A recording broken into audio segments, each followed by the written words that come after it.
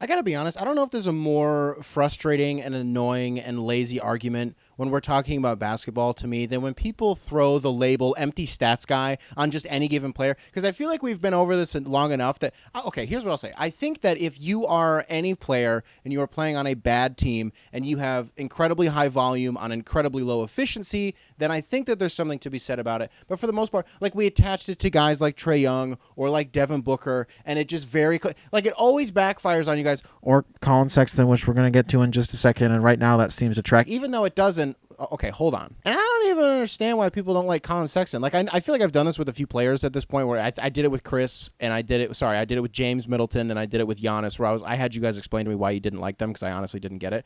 But I don't understand. Well, I guess if you at home are the guy watching this that Collin Sexton stared down at the free throw line when he was in high school, I'm pretty sure it was, I would get why you don't like him. But for the rest of you, I don't know. Are you just that tied to narratives and you just don't like forming your own opinions? Because if you want to talk about narratives, like what are they in relation to Collin Sexton? They think that he doesn't pass the ball. They don't think he's a playmaker or a floor raiser for the people around him. They think he's poor defensively. Like the list goes on and on. The hit piece from The Athletic definitely didn't help. And the reason that I call it a hit piece is because Cavs teammates have expressed displeasure and frustration when Collin Sexton just hijacks possessions and doesn't pass the ball.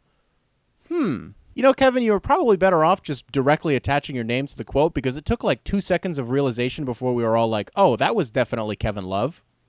That was lame. If you are unfamiliar of their storied beef, it's weird, and it's been like a 3-year-long thing where they just don't like each other, and then in the media they're like every single time they're like, no, we do like each other. It's like when Dwight Howard and Stan Van Gundy had that thing in the press conference, and Dwight like hugged Stan Van Gundy, who was just trying to drink his Diet Coke, man. Like that's every single time that Kevin Love and Collin Sexton try to navigate this beef. It just comes off as super disingenuous and weird. People say he doesn't pass the ball. Okay, I can understand why you would think that Collin Sexton doesn't pass the ball, considering for the first year and a half that he was with Cleveland, they were trying to do this thing where they're like, hey, he's a point guard. Wow, look at this cute little point guard. And everybody was like, I'm pretty sure he's a shooting guard. And then Darius Garland shows up, and we're all like, just move Collin Sexton as a shooting guard. And the Cavs are like, wow, this 2-guard thing, like these 2 point guards. And everyone was like, no, it's a point guard and a shooting guard. And it was really weird. And by the time that Andre Drummond on February 6th, 2020 was traded from Detroit to Cleveland, Andre Drummond was averaging more assists than Collin Sexton. So I get why you guys think that. What I would say to that is cite the last 10 games of the season for Cleveland, for example. Collin Sexton was averaging 6 assists per game. Wow, Collin Sexton, impressed, 6 assists per game. It's not that he can't pass the ball. It's that when you're scoring 25 a game on almost 50, 40, 90,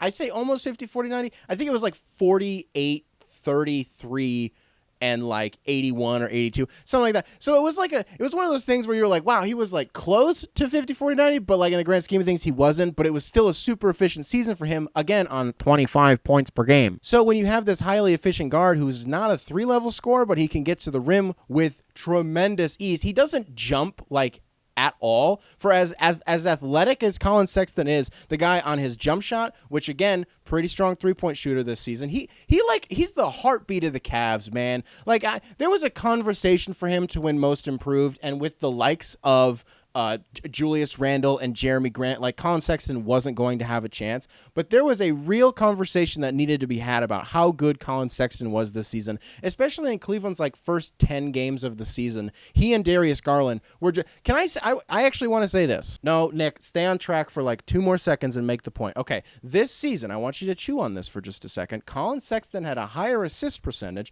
than Devin Booker, Bradley Beal, and Jamal Murray. What do you think about that? Now, what a rational person would say to that is, well, Nick, I think that might be as if that's how people talk to me on the internet. That is not a true replication of it whatsoever. Here's how it would actually go. No, I'll just lie just for the sake of the joke. Well, Nick, I think in my own respective and humble opinion, I think that might be because their respective teammates were Chris Paul, Nikola Jokic, and Russell Westbrook, 3 of the best playmakers in the league. Yes, I agree with you, but what you have to understand is this, is that when I'm making a point about Collin Sexton, I will ignore any and all context in order to make a point. And that is something that my Twitter followers had to learn the hard way today. Listen, if you ever see me saying anything on the internet in relation to Collin Sexton, move along. Move on with your day, because I will not listen to reason. I'm very clearly trying to make a point, and it's a bit at this point. Well, I'm also dead serious. but just move along. You guys always talk about Collin Sexton and his offensive impact, or maybe lack thereof. Well, let me say this. Why is it that anytime we talk about Collin Sexton and how he doesn't pass the ball, we don't have that same conversation with like Jaylen Brown or something? And that's not this. Wait a minute. Why is it? That's like the third time that I've used Jaylen. I've likened a player to Jaylen Brown and his play style or the narratives that surround him. I don't know why I keep doing this. I'm going to actually just cut it right there. I'm not going to keep talking about it. Man, I could be talking about anybody. I could be talking about Steve Blake or like Timofey Mozgov, and I have this affinity for being like, it's almost like the way that we view Jaylen Brown. I do not know why I keep well, you know why I keep doing it? It might be because he's going to be a Piston in a few years, and so I just have to gas him up. I am aware how much you guys hate that joke. That is why I keep telling it. Because it is hilarious. It's also probably worth noting that Collin Sexton also had a higher assist percentage than Jaylen Brown this season. I just want to throw it out there. I just want to say it. Now, the defensive end is where it starts to get a little bit wishy-washy with Collin, because I'm somebody who has like all of the stock invested on Collin on both ends. Like I think I tied myself to a take like 2 years ago where I said within the next 5 years Collin Sexton is going to be on an all defensive team, and I don't love how that's aging. I don't love how that's turning out, because it's Collin Sexton is listed as like 6'2" or 6'3", and that's generous because the dude is like barely 6'1". But you know who else is 6'1"? Chris Paul, and he's been on like 9 all defensive teams in his career. So it's, and while Collin Sexton's not Chris Paul, but I'm just saying the size doesn't have to impact it, because it's like, for again, as athletic and as shifty as he is, I just feel like he should be involved and active in more passing lanes, yet on ball and off ball it's just terrifyingly bad. And it's not even like teams are scared to trade for him because they're going to have to pay him. You have to pay Collin Sexton. Like I know for a fact there are so many teams in the league right now that are like, what, we have to monitor what Cleveland is doing, but we also don't want to make a trade for him. But like imagine Collin Sexton in Philly. Like how fun would that be? That would be so much fun. And I know that there's a world right now where okay, so we're going to take Cade at 1, and then Houston, they dictate what Cleveland is going to do, because whoever Houston takes, Cleveland will just take whoever's left. So if it's Evan Mobley, boom, Cleveland gets Jalen Green, or the other way around. I wonder if there's a world where if Cleveland ends up with Jalen Green, if they just cut ties with Collin Sexton, because I know some people have floated out like, well, it worked with Halliburton and Fox and Hield out in Sacramento. I agree with you, because you have Darius Garland, who would be the initiator, and then you have 2 really strong off-ball threats. I think day one, Jalen Green is probably a better off-ball threat than Collin Sexton, because Collin Sexton just loves to pound the ball into the ground.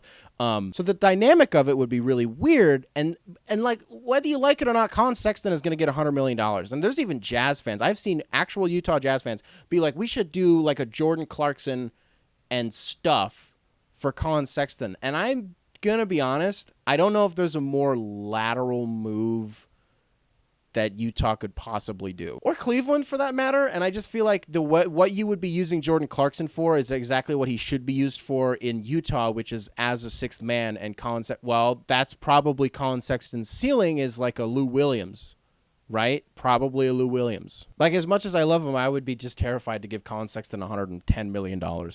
And also, try quantifying his trade value. Do that right now. Try to put any trade in the comments, and which is actually sort of a larger commentary that we need to have about fake trades, where it's like, if you think both sides are saying yes, it's a bad trade.